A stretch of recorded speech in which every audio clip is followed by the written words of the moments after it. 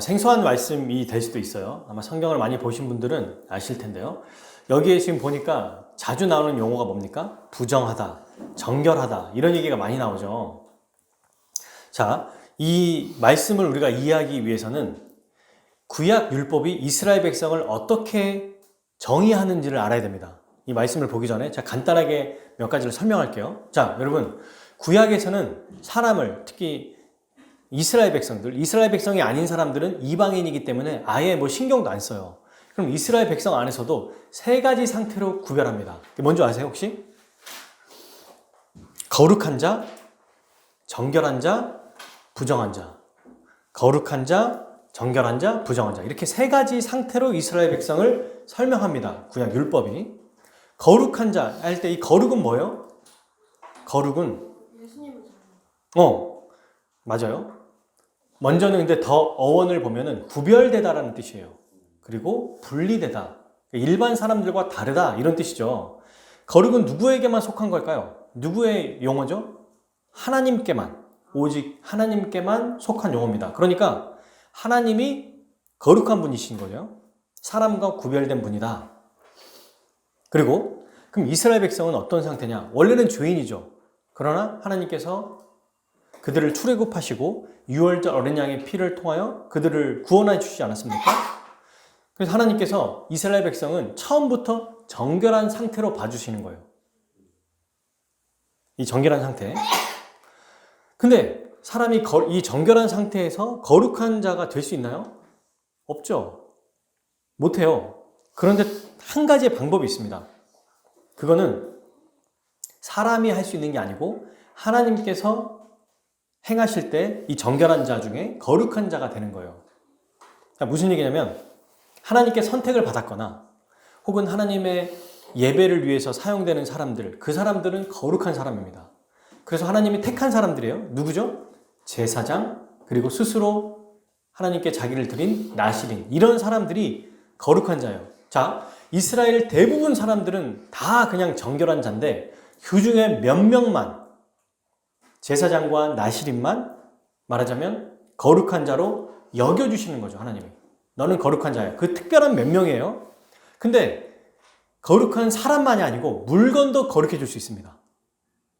어떤 물건일까요? 맞습니다.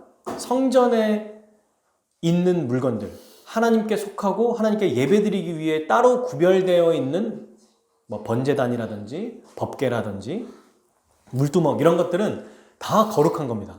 그 외에는 뭐다? 전부 다 정결한 것입니다.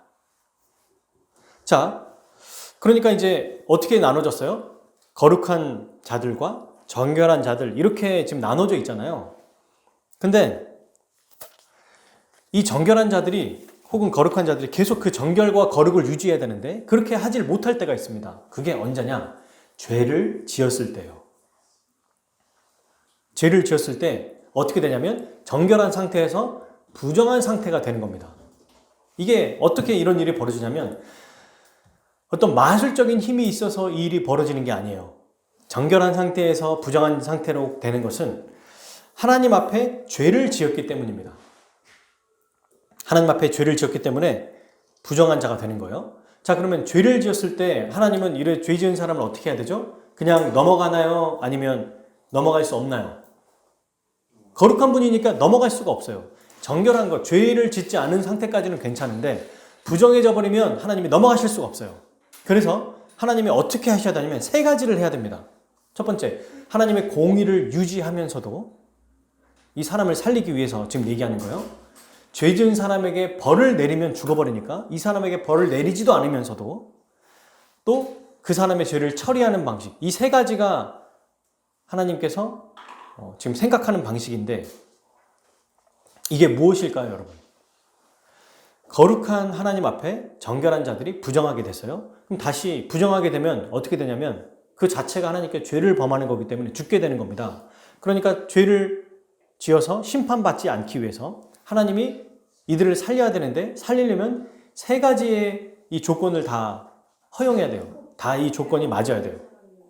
첫 번째, 하나님의 공의를 유지하고, 두 번째, 죄 지은 그 사람에게 벌을 내리지 말아야 되고, 왜 얘를 살려야 되니까. 세 번째, 그럼에도 불구하고 그 사람의 죄를 처벌해야 돼요. 그래서 하나님께서 마련하신 방법이 뭐죠? 뭘까요? 그렇지! 제사법이에요. 제사법. 그래서 다른 동물을 대신 죽이심으로 하나님의 공의도 만족하고 죄 지은 사람에게 벌을 내리지 않고 제물을 통해서 죄를 처리하시는 방식입니다. 그런데 여러분, 우리가 제사법은 제물의 죽음을 통해서 제물을 태워 죽임으로 하나님께서 받으신다는 걸 우리가 알고 있습니다. 그죠? 근데 오늘 본문은 제사법뿐만 아니라 정결법에 대한 이야기예요. 정결법. 오늘 이 정결법에 대해서 알아보려고 합니다. 자, 이 정결법이 어떤 거냐? 자, 한번 봅시다. 11절. 사람의 시체를 만진 자는 이래 동안 부정하리니. 여러분, 이 정결법은 어때요? 자기가 알고 죄를 지은 거예요? 아니면 모르고 죄를 짓는 거예요? 지금 여기에 나와 있는 본문에는 누군가 내 옆에 우리 가족인데 이 당시에는 병원이 없었을 거 아니에요. 같이 살다가 누군가 갑자기 어떤 나이가 들었거나 아니면 순간적으로 죽게 돼버린 겁니다. 근데 그 죽었을 때 같이 내가 가족 중에 누군가 죽으면 그냥 멀리 떨어져 있을까요? 아니죠. 어떤 일이 벌어졌어 하면서 막 그 아이를 잡거나 그 사람을 잡고 얘기할 거 아니에요? 그러면 그 즉시 어떻게 된다? 부정해진다는 거예요. 왜 시체를 만지는 자는 부정해질까요? 시체 자체가 뭘 의미하죠? 죽음을 의미합니다. 이 죽음은 왜 발생하는 겁니까? 죄 때문에 발생하는 거예요. 그러니까 하나님의 백성들은 이 죽음과 가까이 해서도 안 된다는 거예요. 죄에서 멀어져야 된다는 걸 보여주는 건데 이 11절에 시체를 만진 자도 부정해진다는 거예요. 거룩하신 하나님 앞에 서게 될 때는 시체를 만진 자도 부정해진다. 여러분, 시체를 만지면 갑자기 어떤 죽을 병에 걸리는 건가요? 만진 사람이? 갑자기 만졌더니 전가돼가지고 나도 죽을 병에 걸렸다. 이것 때문에 부정해지는 겁니까? 아니에요. 실제로 벌어지는 일 없습니다. 어떤 일도 벌어지는 게 아니에요. 그런데 하나님께서 그렇게 정하신 겁니다. 이 당시에 시체를 만진 자는 부정해진다. 이거는 부정해진다는 게 왜 그러면 문제가 되냐면 죄가 있기 때문에 부정해지기 때문에 이건 죄를 얘기하는 거거든요. 하나님께 가까이 갈 수 없다는 것을 의미해요. 그러므로 곧 죽음을 의미하는 거죠. 정결한 상태에 있어야만 하나님과 교제할 수 있습니다. 그러니까 이스라엘 백성은 여러분 항상 어떻게 해야 됩니까? 노심초사 정결을 유지해야 돼요. 오늘 11절뿐만 아니라 여러분 14절에 보십시오. 장막에서 사람이 죽을 때 아니 같이 잠자고 있는데 누군가 죽을 수 있잖아요. 가족 중에 누군가 나이가 들어서 그러면 그 장막에 모르고 들어갔어. 그러면 그 사람도 부정해지는 거야. 만진 자뿐만 아니라 그냥 그 죽은 사람이 있는 곳에만 들어가도 그렇게 된다는 겁니다. 또 16절 보세요. 누구든지 들에서 칼에 죽거나 이게 뭘까요? 싸우다가 혹은 아니면 살인을 당했거나 또는 시체나 사람의 뼈나 무덤을 만졌으면 여러분 아이들이랑 같이 놀다가 아니면 여행 같이 잠깐 앞에 산책을 갔다가 그러다가 밟았는데 죽은 사람을 모르고 밟았거나 아니면 뼈나 무덤을 모르고 만졌어요. 여기 사람이 묻어있는지 모르고 그런데도 부정해진다는 거예요. 진짜 복잡하죠. 죽은 사람을 만져도 안 되고 죽은 사람이 있는 곳에 가도 안 되고 또 밖에서 장막 외에 밖에서 죽은 사람의 시체를 만지거나 뼈를 만지거나 무덤을 만져도 부정해진다는 거예요. 근데 이건 사람만이 아닙니다. 기구 중에서도 뚜껑이 열려 있으면 덮여지지 않는 그릇도 부정해진다는 거예요. 이거 보면은 여러분 와 진짜 이스라엘 백성들은 하루하루 살아가는 게 정말 약간 곤욕스러웠겠다라는 생각이 들었어요. 여러분 이거는 자기가 짓는 죄 외에 자기가 짓는 죄면 당연히 제사법을 드려야 되잖아요. 내가 뭘 잘못했고 어떤 것들을 또 하나님 앞에 회개해야 되고 이러면 재물을 가지고 드려야 되는데 그것만 한다고 해결되는 게 아니라는 거예요. 우리가 보통 생각할 때 내가 잘못한 죄, 그죠? 내가 어떤 거 잘못했던 것들 그거는 제사 드리면 해결된다고 생각하는데 그거 외에도 번외로 전혀 내가 죄 짓지 않는 것임에도 불구하고 부지 중에 나도 모르게 그냥 내가 불가항력적인 것들 있죠. 내가 할 수 없는 것들인 상황에서도 그런 일이 벌어지면 부정해진다는 거예요. 이만큼 하나님이 만드신 사람은 정결을 유지해야 된다는 겁니다. 왜? 하나님과 함께 하시려면, 함께 하려면, 하나님이 그들과 함께 하려면 자기가 짓는 자범적인 죄뿐만 아니라 자기도 모르는 사이에 짓는, 자기도 모르게 부정해지는 것까지도 피해야 된다는 거예요. 이것을 위해서 하나님께서 이것을 벗어나기 위해서 마련하신 방법이 있습니다. 자, 방법이 없는 게 아니에요. 그 방법을 한번 읽어봅시다. 17절과 18절이에요. 13절, 17절, 18절. 같이 읽어볼까요? 13, 17, 18. 시작. 13절부터. 누구든지 죽은 사람의 시체를 만지고 자신을 정결하게 하지 아니하는 자는 여호와의 성막을 더럽힘이라. 그가 이스라엘에서 끊어질 것은 정결하게 물을 그에게 뿌리지 아니하므로 깨끗하게 되지 못하고 그 부정함이 그대로 있음이니이다. 자, 17절, 18절. 그 부정한 자를 위하여 죄를 깨끗하게 하려고 불사른 재를 가져다가 흐르는 물과 함께 그릇에 담고 정결한 자가 우슬초를 가져다가 그 물을 찍어 장막과 그 모든 기구와 거기에 있는 사람들에게 뿌리고 또 뼈나 죽임을 당한 자나 시체나 무덤을 만진 자에게 뿌리되. 아멘. 아멘. 여러분, 자, 자기도 모르게 이제 죄를 짓게 됐어요. 그럼 이런 사람에게 하나님께서 어떤 방법을 마련하셨냐면, 첫 번째, 암송아지라고 하는 이 동물을 불태워 죽여야 됩니다. 불을 다 태웠어요. 그러면 어떻게 되죠? 완전히 재만 남을 거예요. 그죠? 재가 남을 때까지 다 태워버리는 거예요. 그러면 그 재를 가지고 와서 흐르는 샘물에다가 그걸 부어요. 섞어요. 그럼 어떻게 될까요? 검게 그을리겠죠. 그죠? 그 상황에서 이것을 섞은 다음에 흐르는 물에 넣은 다음에 그 다음에 우슬초라고 하는 허브 형식이거든요. 이게 털이 많아가지고 금방 흡수합니다. 이거를 물에 담그면 어떻게 돼요? 우슬초가 물을 쑥 흡수해요. 그리고 그걸 가지고 죄 짓지 않는 사람, 시체를 만지지 않았고 또 정결하게 된 그 다른 새로운 사람이 부정해진 사람에게 우슬초를 가지고 뿌리는 거예요. 그러면 깨끗해진다는 겁니다. 실제로 우슬초가 어떻게 생겼냐면 이렇게 생겼어요. 네. 일반 풀같이 생겼죠. 근데 여기 딱 담그면은 물이 쑥 스며든대요. 스며들어서 이걸 가지고 슉 뿌리면은 물이 이렇게 칙칙 나오는 거예요. 이 우슬초에. 여러분, 참 이거 너무 이상하지 않나요? 전 이걸 보면서 아무리 생각해도 이상한 거예요. 아니, 시체를 만지는 것도 부정해지는데 이거를 해결하는 방식도 약간 너무 뜬금없다는 겁니다. 암송아지를 태워 죽인 다음에 그 재를 물로, 흐르는 샘물로 넣고 그걸 우슬초라고 하는 것에 죄 짓지 않은 사람이 뿌려야만 깨끗해진다는 겁니다. 근데 그걸 언제 하냐면 부정한 게 된 날, 오늘 모르고 시체를 만졌어요? 그러면 그리고부터 3일 후에 한 번 하고 일주일 후에 한 번 하고 이렇게 하면 그날 저녁에 깨끗해진다는 거예요. 이건 여러분 어떤 마술적인 행위가 아닙니다. 이걸 하나님은 이렇게 복잡하고 까다롭게 왜 이렇게 만드셨을까요?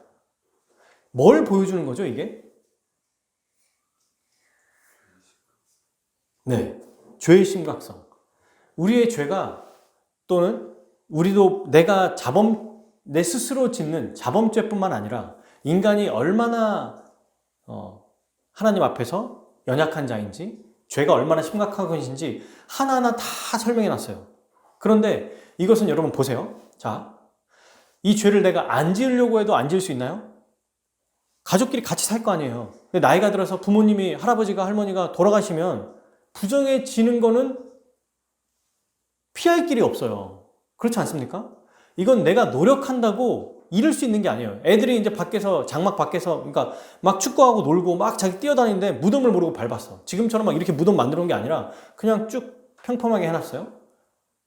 그러다가 무덤을 밟았어요. 그럼 얘도 자기도 모르게 부정해지는 거예요. 이거는 우리 힘으로 아무리 해도 해결할 수 없는 문제입니다. 이 죄의 심각성을 해결할 수 있는 방법이 하나 있습니다. 그게 바로 암송아지의 재를 가지고 그 재물을 뿌리는 거예요. 몸만이 해결할 수 있다는 거죠. 우리 힘으로는 할 수 없다는 거. 반드시 우리가 아닌 외부에서부터 우리의 죄를 해결할 수 있다는 것을 보여주는 사건이에요. 여러분, 이 암송아지가 누굴까요? 암송아지. 누구를 의미하는 거예요? 예수 그리스도입니다. 너무 신기하죠? 어떤 마법이 일어나는 게 아니거든요. 예수 그리스도, 그분의 십자가 죽음, 특별히 제사법에는 동물을 다 태워 죽이잖아요. 그죠?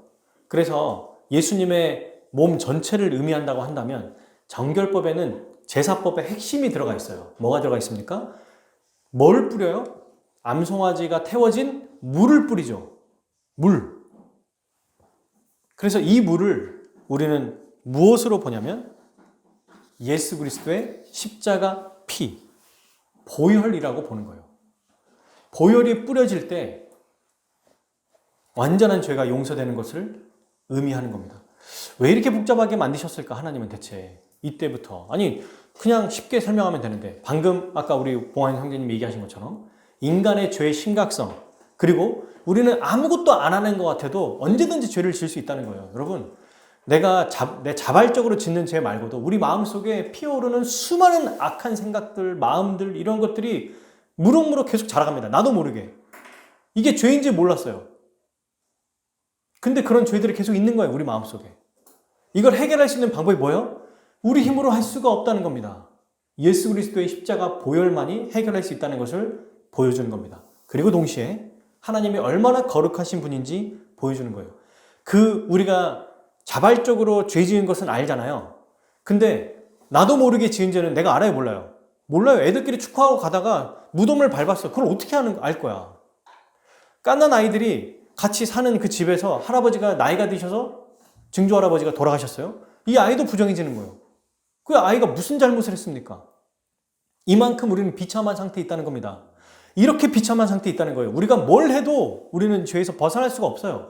그런데 이걸 통해서 무엇을 보여줘요? 하나님의 거룩하심, 그리고 우리의 죄인됨.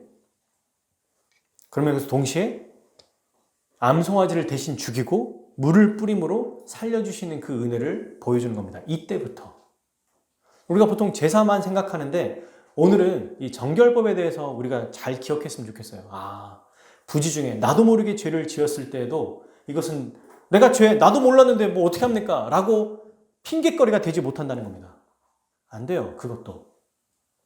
하나님께서 예수 그리스도의 십자가를 통해서 우리를 용서해 주셔야만 가능하다는 것입니다. 여러분, 근데 이제 우리는 이렇게 복잡한, 그러니까 구약시대에 우리가 살았다고 생각해 보세요. 하루하루가 약간 살얼음판 같을 것 같아요.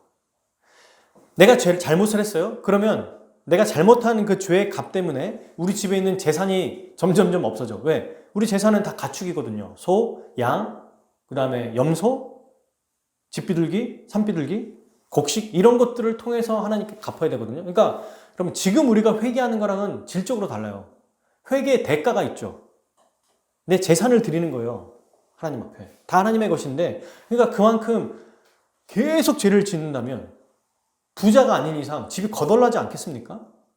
그리고 집에서 길렀던, 내가 새끼 때부터 키웠던 그 양을 죽여야 돼. 내가.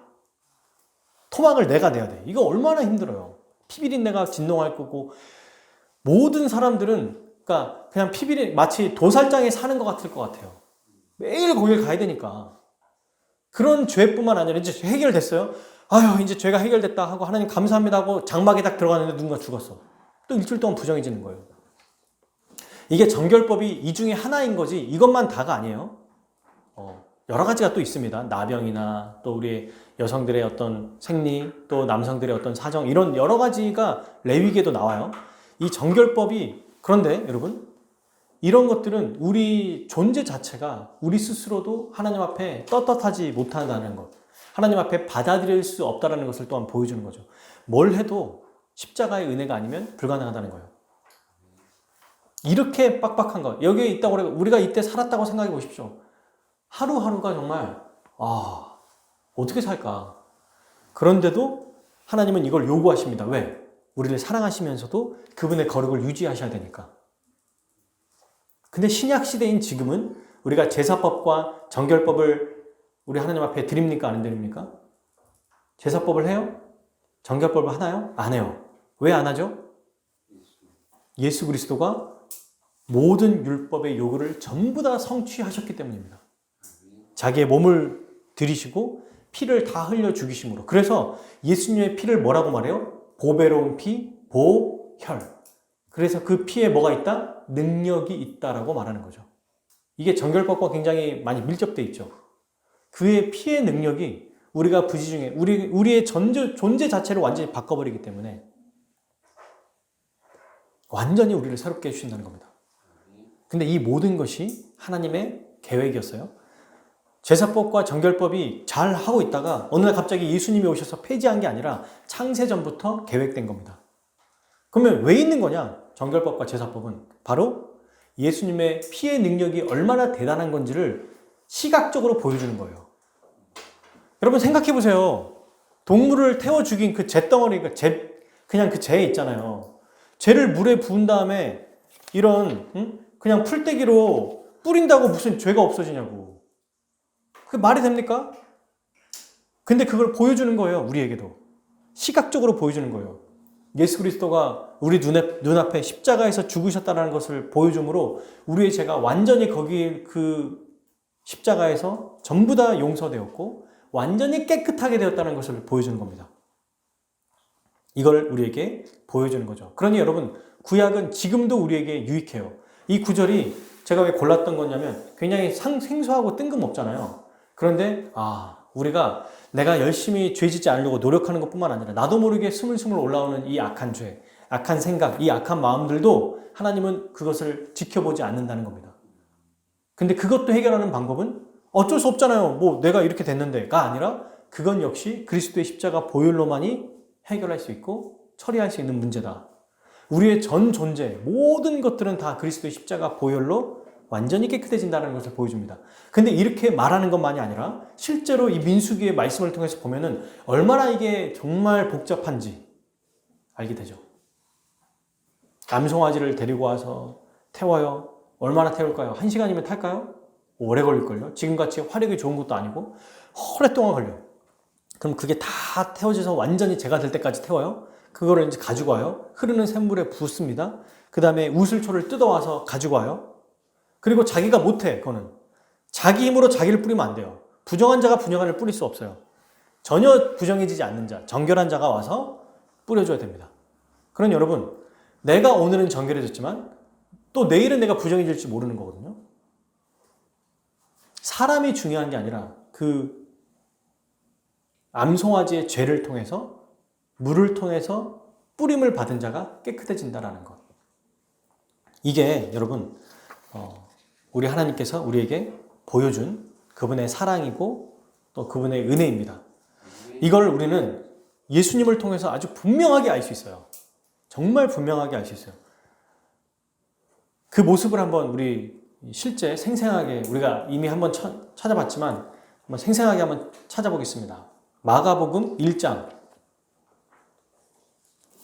부정해진 자가 어떻게 되는지 마가복음 1장 40절과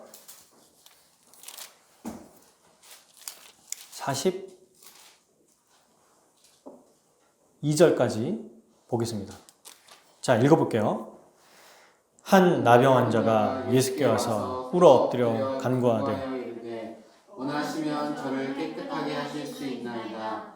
예수께서 불쌍히 여기사 손을 내밀어 그에게 대시며 이르시되 내가 원하노니 깨끗함을 받으라 하시니 곧 나병이 그 사람에게서 떠나가고 깨끗하여진지라. 아멘.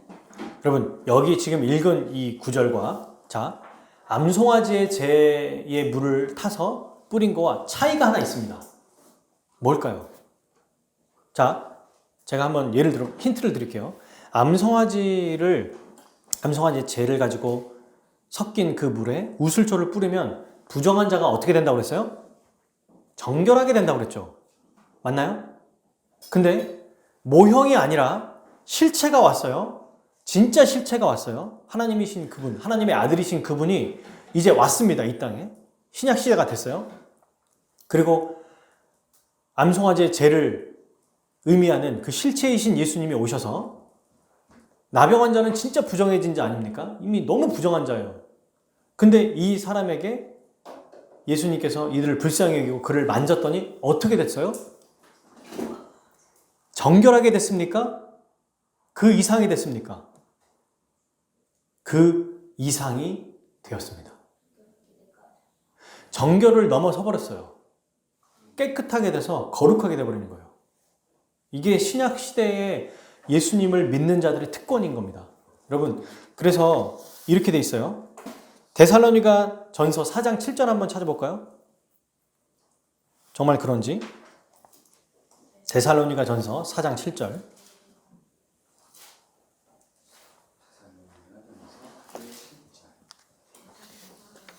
자, 같이 읽겠습니다. 데살로니가 전서 4장 7절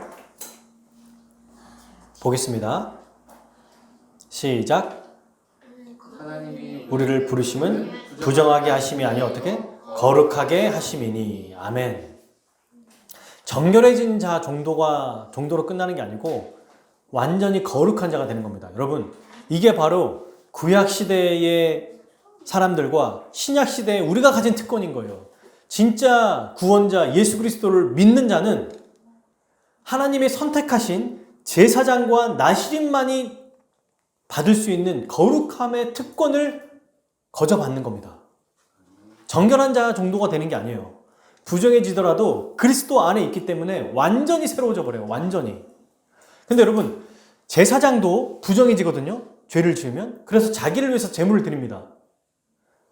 그죠? 나시린도 부정해지면 똑같이 이 제사법과 정결법을 해야 돼요.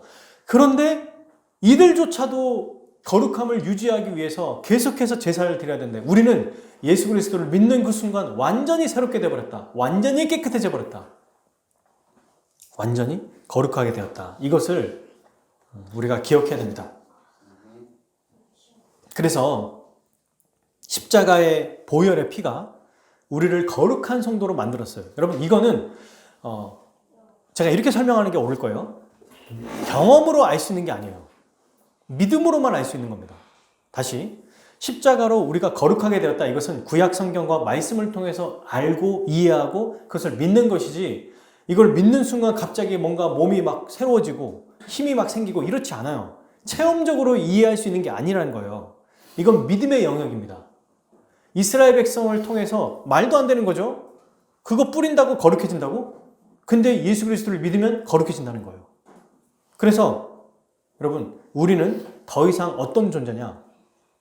하나님께 버림받은 존재가 아니고 거룩한 자로서 살아간다는 것입니다. 이스라엘 백성은 그렇게 정결하게 됐을지라도, 거룩한 자로 하나님이 세우셨을지라도 또다시 부정한 자가 되고 또다시 정결한 자에서 또다시 거룩한 자로 계속 이런 과정을 거쳐가야 되거든요. 우리는 그리스도의 단 한 번의 십자가 죽음으로 이 모든 것이 완전히 해결됐어요. 끝났어요. 더 이상 없습니다. 예를 들면 구약에서는 하나님께서 이 사람을 왕자로, 이 사람을 벼슬로 딱 세워줬어요. 근데 죄를 지었거나 반역해가지고 갑자기 왕이 이 왕자와 벼슬이 있는 이 신하를 하루아침에 이들을 처벌해버린 거예요. 너 노예, 너는 감옥에 들어가, 이렇게 만들어버리는 거 똑같아요. 구약에서는 하나님께서 주어주신 그 왕이 왕자거나 혹은 신하, 벼슬이 높은 신하일지라도 자기가 잘못하고 죄를 지으면 강등된다는 겁니다. 그냥 떨어져요. 천민이 되는 거예요. 그리고 다시 어떤 일을 통해서 또 다시 천천히 올라가야 돼. 그런데 신약 시대에서는 이런 게 없어요. 예수 그리스도의 보혈로 이미 왕이 됐고 왕자가 되면 다시 천민이 되거나 노예가 되거나 박탈당하지 않습니다. 죄를 지어도 신분이 바뀌는 게 아니에요. 그냥 혼나거나 처벌받는 거지. 우리 신분이 죄를 지었다고 구약에서처럼 나도 부정해지는 건가? 아니라는 거예요. 우리는 거룩한 자로서 계속 살아가는 것입니다. 이게 하나님이 다윗에게 사무엘하 7장의 다윗 언약을 통해서 알려주셨죠. 여러분, 이것은 제가 주목하고 싶은 건 이거예요. 우리의 어떤 위대함 때문이 아니에요. 우리가 뭔가 대단해서가 아니에요. 예배를 하나님 앞에 드리기 때문도 아닙니다. 내가 하나님 말씀대로 살기 때문도 아니에요. 내가 기도하기 때문에, 내가 지금 목사기 때문에, 또는 열심히 신앙생활하는 어떤 한 사람이기 때문에, 부모님이 어렸을 때부터 교회 다녔고 나도 열심히 신앙생활했기 때문에, 아니에요. 그거 아무 상관없어요. 오직 예수 그리스도의 피 때문에, 보혈의 능력 때문에 우리가 거룩하게 된 겁니다. 보혈의 피가 자기의 의, 율법의 행위를 완전히 소멸시킬 수 있어요. 여러분, 구약에 보면은 제사장 집에서는 누군가 죽으면 제사장이기 때문에 부정해지지 않는다, 이런 구절이 있어요. 제사장의 자녀들이 들에 나가서 시체를 만지거나 무덤을 만졌을 때 그들은 제사장이기 때문에 부정해지지 않는다, 이런 구절 없습니다. 똑같아요. 제사장이나 일반 백성이나 성막을 섬기는 사람이나 섬기지 않는 사람이나 똑같아요. 그런데 예수 그리스도를 믿으면 그의 피의 능력 때문에 우리는 더 이상 부정해지지 않는다는 것입니다. 여러분, 이걸 기억하는 게 너무 중요해요. 지난주에 제가 복음의 능력에 대해 설명하면서 하나님의 사랑과 예수님의 자발적인 순종으로 우리가 어떻게 되는가, 성령의 민감하심을 성령의 그 음성을 듣고 민감해진다고 그랬어요. 양심이 살아난다. 양심이 죽었던 양심이 성통처럼 살아난다. 그죠? 그래서 하나님 말씀대로 살고 싶어지고 그분의 뜻대로 살고 싶어진다고 했어요. 그죠? 그러니까 더 예민해지는 거예요, 죄에 대해서. 그런데 제가 한 주간 쭉 지나다 보니까, 그렇게 우리 내면을 자꾸 들여다보니까 나도 모르게 내 죄만 찾고 있는 거예요. 이 부분은 내가 좀 제대로 못 산 것 같은데, 이 부분은 내가 주의 뜻대로, 역시 내가 양심이 깨끗해져서 좋은데 자꾸 죄에 대해서만 인식하고 죄에 대해서만 바라보니까 자꾸 어떤 일이 벌어집니까? 슬프고 비참해지고 처절해지고 마음이 울적해지는 거예요. 여러분, 이럴 때가 있지 않습니까? 충만하게 은혜를 받았어. 그래서 내가 주의 뜻대로 살아야지, 죄 짓지 말아야지 라고 하면서 계속 자기 죄만 자꾸 보는 거예요. 이번 주에 내가 또 실패했네. 오늘 또 실패했네. 오늘 아침에 또 실패했네. 어제 밤에 또 실패했네. 이 순간에 내가 이걸 또 못 참았네. 이러면서 자꾸 자기를 바라보는 거예요. 우리를 보니까 어떻습니까? 좋아질 리가 없죠. 그러니까 어떤 면에서는 양심이 새로워지는 게 더 두려운 거야. 왜? 내 죄를 자꾸만 보게 되니까. 그럴 때 우리는 오늘 이 말씀을 기억해야 됩니다. 성령의 음성을 듣고 살아가면서 반드시 생각하고 기억해야 될 게 오늘 이 말씀이에요. 뭐냐? 우리가 부지 중에 어떤 상황에서 죄를 지었을지라도 하나님이 예수 그리스도의 십자가 피를 이미 준비하셨고 그 피의 효력이 이미 우리에게 발생되었다. 하나님이 지독하게 우리를 사랑하신다. 지금 죄 지었기 때문에 너 왜 그렇게 하니? 라가 아니라 이미 우리가 어떤 죄를 지을지도 다 알고 계세요. 어떤 죄를 지었는지도 알고 계세요. 그런데 이미 그의 사랑은 우리가 연약했을 때, 죄인 되었을 때, 원수 되었을 때 창세전부터 십자가의 피의 능력과 효력을 준비하신 하나님의 사랑을 기억해야 합니다. 이걸 기억해야만 우리가 양심이 깨끗해지면서도 또 말씀대로 살아갈 때 한쪽으로 치우쳐지지 않을 수 있어요. 이걸 반드시 기억하십시오. 어떤 것도 우리를 향한 하나님의 사랑에서 끊을 수 없다. 어떤 것도. 사탄은 참 신기하게 우리의 양심을 가지고 또 유혹합니다. 네가 그렇게 은혜 받고 회개하고 살았는데 너 왜 또 그렇게 사니? 너는 똑같은 거 아니야? 네가 대체 뭐가 좀 나아졌냐? 좀 나아졌다고 말하더니 하나도 나아진 게 없는 것 같은데? 라고 하면서 우리의 마음을 디프레시, 그러니까 우울하게 만들거나 또 우리의 마음이 하나님의 은혜로 살아나지 못하게 만들어요. 더 우울하게 만들고 상실하게 만들고 비참하게 만드는 겁니다. 그때 우리 자신을 보지 말라는 거죠. 우리 외부에서 암송아지 죄를 뿌려서 깨끗해진 것처럼 예수 그리스도의 피를 기억해야 된다. 그 피를 예비하신 하나님의 이 지독한 사랑을 기억할 때 우리는 여기에서 헤어나올 수 있습니다. 벗어날 수 있어요. 절망스러운 마음에서 회복됩니다. 그래서 저는 이게 우리 신자에서 참 중요한 구절이라고 생각해요. 중요한 어떤 우리가 생각해야 될 것들이 뭐냐면 하나님 말씀을 정말 사모하여서 내 자신의 죄를 민감하게 봐야 되면서 그래서 죄에 대해서 짓지 않으려고 노력하고 또 기도하면서 살아가야 돼요. 그런데 또 우리의 모습을 보면 날마다 죄를 짓게 되거든요. 그럴 때 나는 왜 이럴까가 아니라 그 즉시 우리의 눈을 돌려서 하나님께서 행하신 그 일을 바라보라는 거예요. 민수기 말씀과 같이. 이것은 우리 힘으로 한 게 아니다. 내가 아무리 열심히 산다고 해도 깨끗해질 수 없다. 하나님의 그 사랑, 예수 그리스도가 그 십자가의 피로 우리를 완전히 온전하게 만드셨다는 것, 깨끗하게 하셨다는 것을 봐야 됩니다. 그걸 봐야 우리가 이것을 극복할 수 있는 거예요. 여러분, 사실 신앙생활 대충 하고 거룩을 모르고 적당히 타협한 사람들은 이거 몰라요, 뭔지. 이 죄에 깊이 들어가서 자기를 질책하고 자책하고 내가 왜 이렇게 살까? 남들은 괜찮다고 생각해요. 정말 성실하게 살고 잘 산다고 생각하고 훌륭한 믿음의 사람이라고 생각하는데 그 사람은 그 안에서 수많은 고민들이 있어. 자기 안에 있는 죄를 알기 때문에. 그걸 보기 때문에. 근데 그걸 보면 즉시 어디로 가야 된다? 그리스도의 십자가 보혈로 가야 돼요. 그걸 안 가고 자꾸 자기 안에만 내면을 들여다보면 사탄이 유혹한다는 거예요. 너는 그것밖에 안 되는 인간이다. 네가 그렇게 네가 아무리 열심히 노력해봐라. 네가 그 죄에서 헤어날 수 있는가? 봐라, 너는 또 똑같은 죄를 저지르지 않느냐? 라고 계속 우리를 참소한다는 겁니다. 계속해서 우리를 정죄해요. 지난주에 제가 성령의 민감하심을 듣고 우리가 죄에 더 예민해집니다. 라고 해서 이렇게만 되면 안 되겠구나. 죄에 예민해지니까 계속 스스로 더 죄인이라는 걸 더 많이 깨달아요. 그러면 계속 우울해지는 게 하나님이 원하시는 거겠느냐? 아니라는 겁니다. 그 즉시 그리스도를 바라보고 그리스도께 나아갈 때 오늘 우리가 마가복음에서 봤던 것처럼 꿇어 엎드려 간구하여 원하시면 저를 깨끗하게 하실 수 있나이다. 주님께 나가기만 하면 돼요. 그냥 암송아지 재에 뿌린 샘물을 뿌림받기만 하면 되는 것입니다.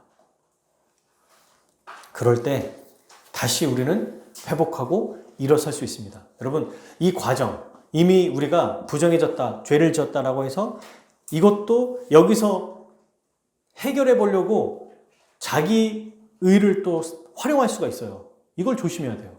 아, 이거 안 되는구나. 내가 이렇게 죄를 지었어? 그러면 하나님께 갚아야지. 기도 한 2시간씩. 이번에 말씀 더 보고. 그렇게 하면 그리스도의 십자가로 깨끗해졌음에도 불구하고 또다시 나의 이 잘못을 해결하려고 자기 의를 활용하고 자기 의를 수단으로 사용해 버린다는 겁니다. 그러니까 점점 또 자기도 모르게 그리스도의 은혜로 살아간다고 하면서도 자기 열심으로 살아가게 될 수 있다는 거예요. 그게 뭐가 됐든지 간에 기도가 됐든 아니면 뭔가 스스로 절제해 보려고 하는 노력이 됐든 이 모든 것들이 다 결국에는 자기 의로 나타날 수밖에 없다. 그러므로 여러분, 우리는 이걸 반드시 기억해야 됩니다. 그리스도의 십자가로 우리가 완전히 거룩하게 된 존재다. 더 이상 죄를 짓는다고 부정해지지 않아요, 여러분. 그럼 이 죄는 어떻게 되느냐? 하나님의 관계에서 멀어지기 때문에 다시 회개하면 되는 거예요. 왕자에서 천민으로 떨어지지 않습니다. 왕자지만 그저 그냥 징계받는 왕자예요. 징계받는 공주입니다. 이걸 기억하고 죄를 지었다고 너무 낙심할 필요도 없어요. 실망할 필요도 없어요. 주님, 제가 이런 존재입니다. 다시 주님 앞에 나아가서 나를 깨끗하게 해주십시오. 할 수 있습니다. 주님, 나를 도와주십시오. 이끌어 주십시오. 그렇게 되면 한 걸음 한 걸음 더 말씀에 순종하며 살아가게 될 것입니다. 여러분, 이거 말고는 없어요. 제가 사실은 방법들을 막 얘기하고 싶어요, 사실. 우리 이런 게 도움이 되죠. 일주일에 몇 번씩 와서 같이 기도하고 또 함께 나눕시다. 맞아요. 근데 근본적으로는 일주일에 몇 번씩 모이고 기도하는 것도 결국 십자가를 의지하기 위한 방편입니다. 십자가를 더 많이 보고 십자가의 은혜를 더 많이 깊이 묵상하는 사람이 하나님의 말씀대로 살아가는 거예요. 그러니까 우리가 하는 이 모든 건 수단이라는 거예요. 예배를 드리는 거, 말씀을 보는 거, 기도하는 거. 이것 때문에 하나님이 우리를 거룩하게 보시고 죄를 용서해 주는 게 아니죠.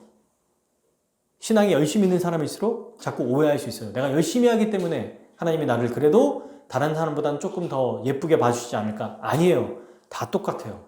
제사장도 그 죽은 시체 만지면 똑같이 부정해져요. 우리가 다 그런 존재입니다. 그러나 우리는 예수 그리스도를 통해서 완전히 거룩하게 되었다. 그러면 여러분, 이제 오늘부터 우리가 살아갈 때 두 가지를 같이 견지하면서 살아갔으면 좋겠습니다. 성령의 민감하심으로 정말 나의 깊은 죄, 내가 이기지 못하는 어떤 돈, 명예, 쾌락, 유혹, 나에게 약한 것들이 있을 거예요. 그런 것들을 주님 면밀히 보게 해줄 겁니다. 말씀을 통해서 완전 모든 것을 발가벗기듯이 나의 모든 것을 보게 해주세요. 그런데 그때 그걸 보고 회개하면서 항상 어디로 가야 되냐면 예수 그리스도의 십자가로 가야 되는 거예요. 항상 그리스도께 가야 돼요. 그 안에서 이걸 해결하려고 내 자신을 다시 돌아보고 나의 모습을 또 생각하고 사람들의 어떤 방법들을 간구하고 찾아서는 안 돼요. 그러면 그 죄의 나락으로 빠지는 일밖에 되지 않습니다. 우울해지거나 낙심하거나. 근데 답이 없거든요. 아무리 봐도. 그러니까 또 절망해요. 그래서는 안 됩니다. 이미 우리를 완전히 깨끗하게 하셨다는 그 예수 그리스도의 은혜. 그리고 이런 작은 것 하나하나조차도 십자가의 은혜로 이미 깨끗해졌고 주님 앞에 나아갈 때 다시 하나님이 우리를 돌아보시고 사랑의 초대로 우리를 이끌어 주신다는 것을 기억할 때 그래야 정말 희락, 기쁨이 있는 거예요. 제가 가장 좀 존경하고 좋아하는 저와 아내를 이어줬던 저희 선배님, 그러니까 믿음의 선배죠. 학교 동기이긴 하지만 그 목사님과 이야기하면서 목사님이 이런 얘기를 한번 하시더라고요. 같이 교제한 적이 있어요. 꽤 오랜만에. 근데 본인이 너무 신앙생활을 잘하는데 기쁨이 없다라는 거예요. 기쁨이. 이분은 누구보다도 열심히 신앙생활 하시는 분이었어요. 너무너무 훌륭하고 지금도 제가 존경하는 분이신데 근데 이번에 올해 1월에 개척을 하셨거든요. 그래서 교회 이름을 기쁨의 교회라고 쓴 거예요. 그래서 제가 물어봤어요. 형님, 왜 이름을 기쁨의 교회라고 하신 이유가 있으세요? 그랬더니 신앙생활을 그렇게 하면서도 어느 날 새벽기도 가고 말씀 보고 기도하고 정말 열심히 하는 분인데도 기쁨이 없다라는 겁니다. 그러니까 기쁨이 없으니까 신앙생활에 참 그 의미를 잘 모르겠다고 얘기하시더라고요. 여러분, 제가 그 얘기를 들으면서 뭘 깨달았냐면 맞다. 우리가 하나님 말씀대로 살면서 그의 뜻대로 살아간다고 하면서도 기쁨이 없으면 하나님이 주시는 의와 평강과 희락, 그 희락이 없으면 이게 살맛이 안 나요. 신자도. 기쁨이 없으면 안 됩니다. 기쁨을 회복하는 방법도 우리 주 예수 그리스도의 십자가. 그것밖에 없어요. 십자가를 보는 것밖에 없습니다. 십자가 안에서 우리가 어떤 존재가 되었는지, 십자가가 지금도 우리에게 계속해서 어떤 은혜를 베풀어 주는지를 날마다 상기하고 기억하는 것. 이게 진짜 기쁨인 거예요. 그래서 오늘 우리가 말씀을 읽었던 것처럼 하나님이 우리를 부르시는 것은 부정하게 하심이 아니라 거룩하게 하십니다. 그러므로 날마다 보혈을 의지해서 성령의 역사로 우리가 더욱 주님을 닮아가고 우리의 마음에도 참된 희락, 기쁨이 매일매일 샘솟았으면 좋겠습니다. 십자가의 은혜를 보면서 나의 죄를 보면서도 그러나 그 죄에 넘어 있는 그 위에 있는 예수 그리스도의 사랑을 보고 그 사랑을 통해서 우리의 기쁨이 부어지는 그런 한 주가 되었으면 좋겠어요. 저는 평안이 제일 중요하다고 생각했거든요. 근데 평안만큼이나 정말 중요한 것은 기쁨입니다. 이 기쁨이 우리에게는, 우리 안에는 없어요. 사랑하는 여러분, 우리에게는 이 기쁨이 없습니다. 기뻐할 수도 없어요. 세상의 것 기뻐하는 거 그 순간이에요. 쾌락, 기쁘다가 나중에 더 우울해져요. 돈 많아진다고 행복하지 않습니다. 명예로워지는 것 오히려 교만해져요.